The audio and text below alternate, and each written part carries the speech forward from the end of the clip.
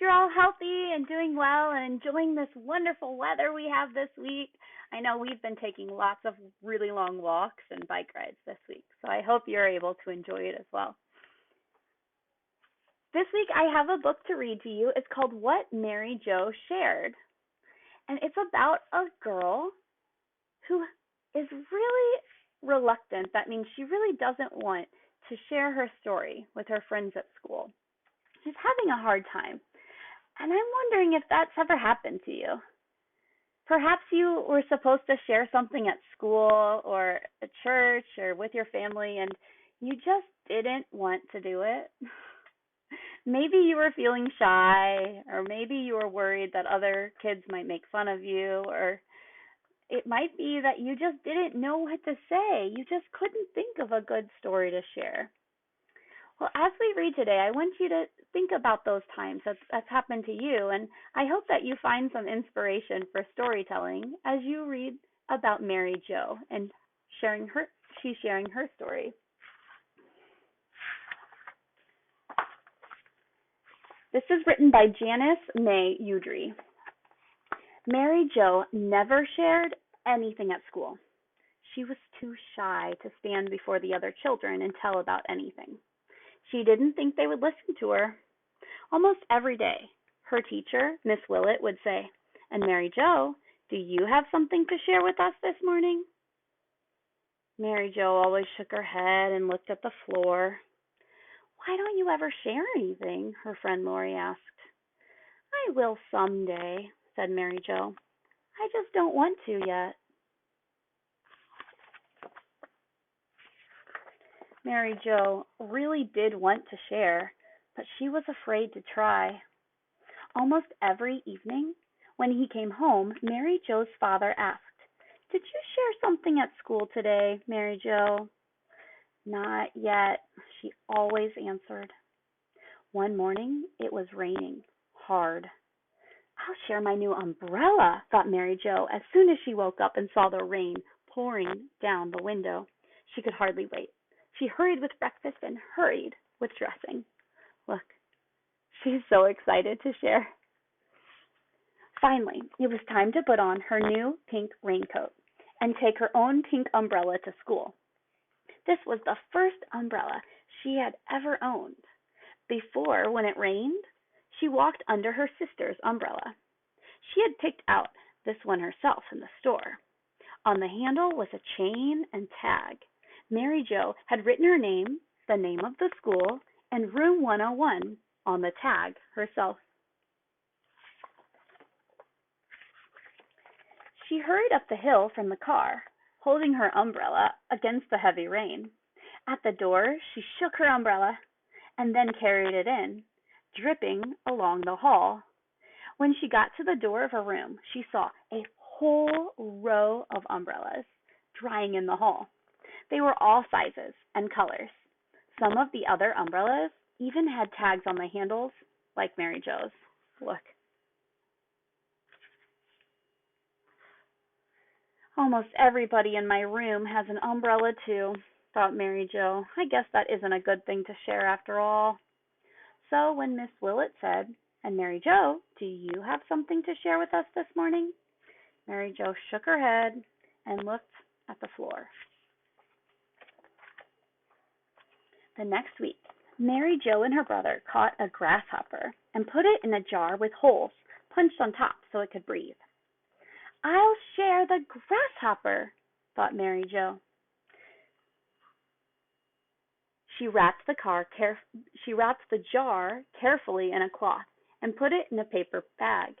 That way, even if she dropped the jar, it wouldn't break. She hurried to school, carrying the wrapped jar carefully under one arm and her lunchbox in the other hand.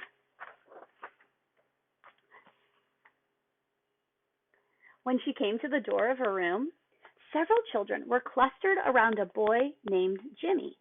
They were all looking at something he had brought in a jar. What do you think Jimmy has? Mary Jo put her lunchbox and bag carefully on the shelf. She hung up her sweater, then she went to see what the other children were looking at. I'm sure some of you are predicting what Jimmy has. Jimmy's got 6 grasshoppers in a jar, said Lori. He caught all of them himself. Mary Jo thought about her one grasshopper and how her brother had to help her catch it. I guess I won't share my grasshopper after all, thought Mary Jo. So when Miss Willett said, and Mary Jo, do you have something to share with us this morning? Mary Jo shook her head and looked at the floor. All the other children in Miss Willett's room shared things. They shared letters from their aunts, or they shared their pets, turtles, white mice, rabbits, and kittens. They shared things they found at the beach and things they found in the woods. Mary Jo didn't have an aunt to go to get letters from, and she didn't have any pets, and she never found anything on the beach or in the woods that someone else hadn't already shared. But finally, Mary Jo became determined to share something that no one else had shared. It got so she could hardly think of anything else.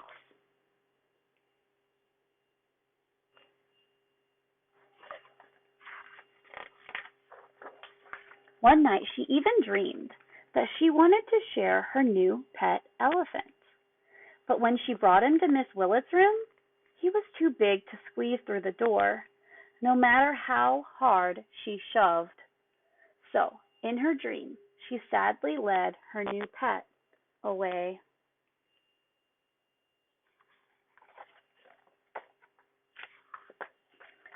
What shall I share? She pondered over and over. Her father came home.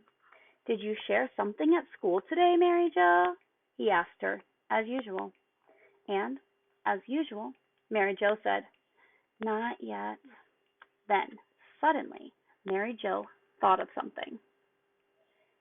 Could you go to school with me tomorrow for a little while? She asked her father. Tomorrow? Yes, said her father. I don't have a class until 11 o'clock. Mary Jo's father was a teacher in the high school. Good, said Mary Jo. Then you can come and hear me share something. All right, said her father. I'll be there. What are you going to share? Wait and see, said Mary Jo. What do you think Mary Jo will share? Do you think she thought of a really good story? As soon as Mary Jo and her father came to school the next morning, Mary Jo introduced her father to Miss Willett. Miss Willett said that they were very glad to have him visit their class. I've got something to share today, said Mary Jo. Fine, said Miss Willett. There's the bell. Ding, ding, ding, ding. Mary Jo's father sat by the window in one of the guest chairs, while the children saluted the flag and Miss Willett took the attendance.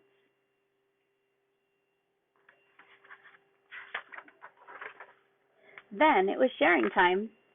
As soon as Miss Willett asked if anyone had anything to share, Mary Jo raised her hand. Mary Jo, said Miss Willett, you may share with us first this morning.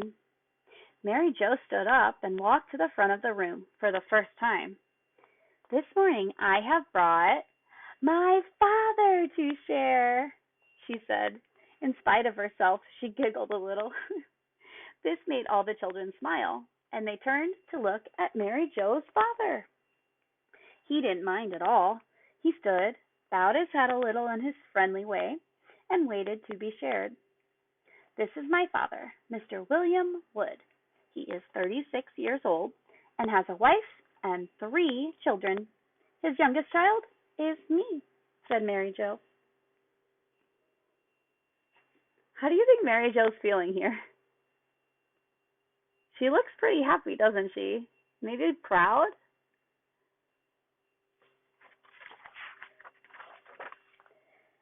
Jimmy raised his hand. My father was born in Montana, said Jimmy. Where was your father born? My father was born in California, said Mary Jo. He teaches English in high school. He likes to read a lot. And he writes quite a bit, too. He is a good swimmer and knows how to sail boats. He likes to go fishing and hiking. So does my father, said Lori. My father builds houses, said another child. My father travels all over the country, said another. They all wanted to share their fathers, it seemed. Children, said Miss Willett, it is Mary Jo who is sharing her father today. Please be a little more quiet. Wow, they are really eager to share about their dads and ask Mary Jo more questions. Before my father grew up, he was a little boy, said Mary Jo. Then her face turned hot because that sounded sort of silly. All of the other children laughed, but Mary Jo went on. Sometimes he wasn't too well behaved, said Mary Jo. What did he do? Asked one of the boys. Well, once he locked his little brother out of the house. And once he ate all the cake his mother was saving for an afternoon club meeting, said Mary Jo. Well, that's a lot of cake. He's going to have a stomachache. And now my father will say a few words. Mr. Wood smiled and made a little speech about how he had enjoyed visiting Miss Willett's class. The children clapped, and Mary Jo and her father sat down. Mary Jo felt good. At last, she had shared something that no one else had thought of sharing.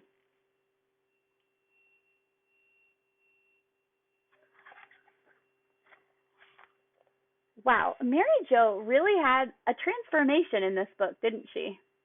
Think about how at the beginning, Mary Jo was really feeling a little down in the dumps. She was not looking forward to telling her story at all. She did not want to share.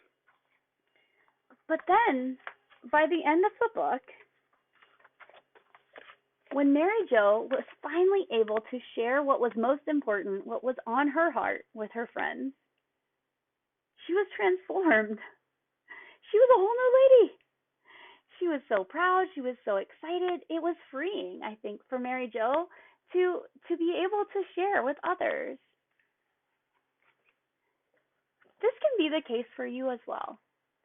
When you get out there and share what's on your heart, when you share your story with others, it's transformational.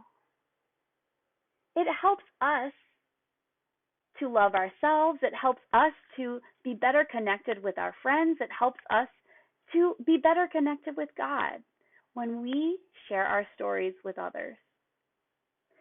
And the other bonus thing that happens when we share our stories is that it actually brings us together, doesn't it? Think about how Mary Jo's friends were so excited to share their stories or to ask more from Mary Jo about her story about her father. I challenge you this week to share your stories. You can go onto Flipgrid and share your stories there. You could go into our Sunday school classes and share your stories. You can go to your dinner table. You can talk with your families and share with them what's on your heart. I pray that you're able to use your gift of storytelling this week so that you can be closer to God and so that you can be closer with our community. Remember this week that God loves you so much and I love you so much, and I hope that you just have such an amazing time sharing your stories this week with everyone around you. Goodbye.